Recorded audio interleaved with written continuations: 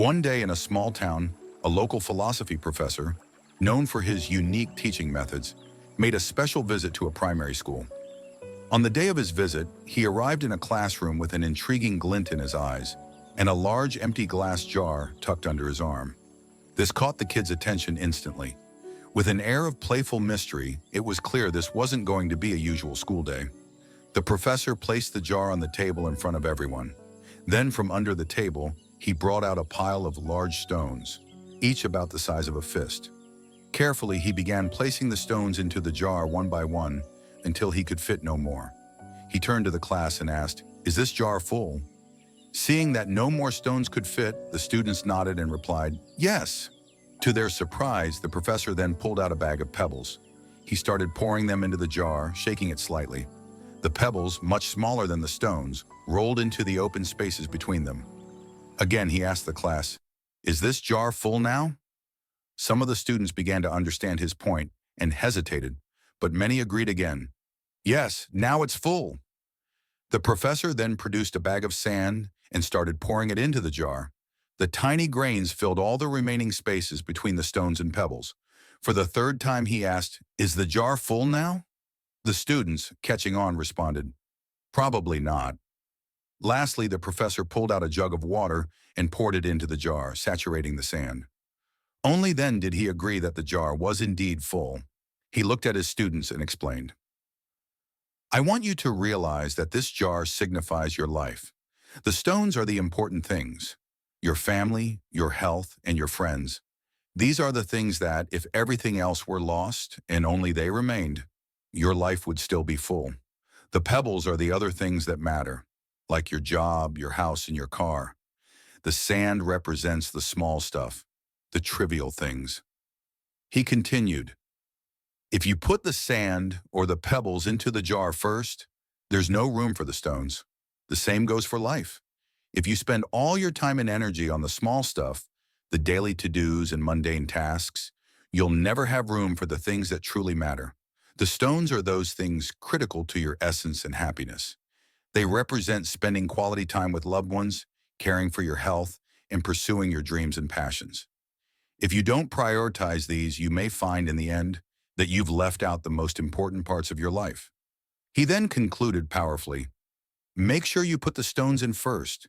They are your foundation, your main pillars. They are your family, your health, and your dreams. Don't let the pebbles or the sand, the secondary tasks, the routine, the trivialities take precedence over them.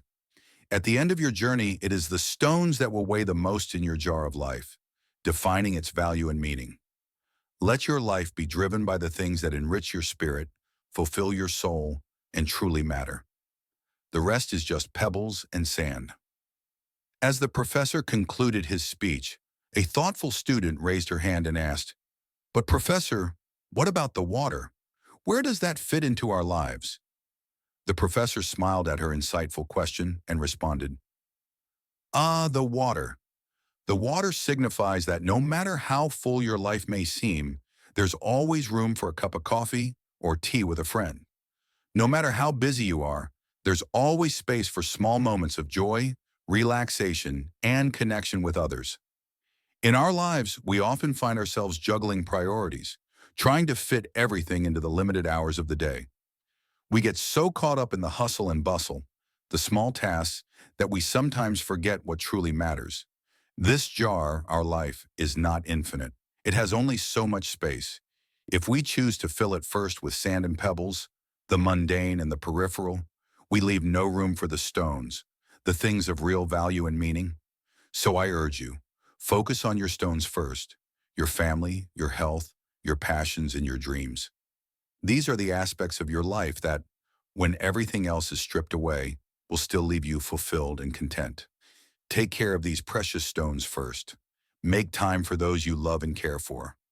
Nurture your physical and mental well-being. Pursue your passions fearlessly.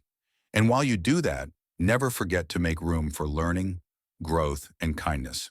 And the water? That's the unexpected, the unplanned. That's the coffee with a friend, the spontaneous laughter, the shared moments of joy. Even when life seems so full, there's always room for these. There's always space to connect, to relax, to simply be. The pebbles and the sand, they'll fit in around the important stuff.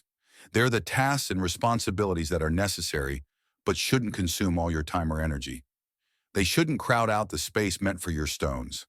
In the end, remember, it's not about having a busy life filled to the brim, but about leading a fulfilling life rich with experiences that truly matter to you.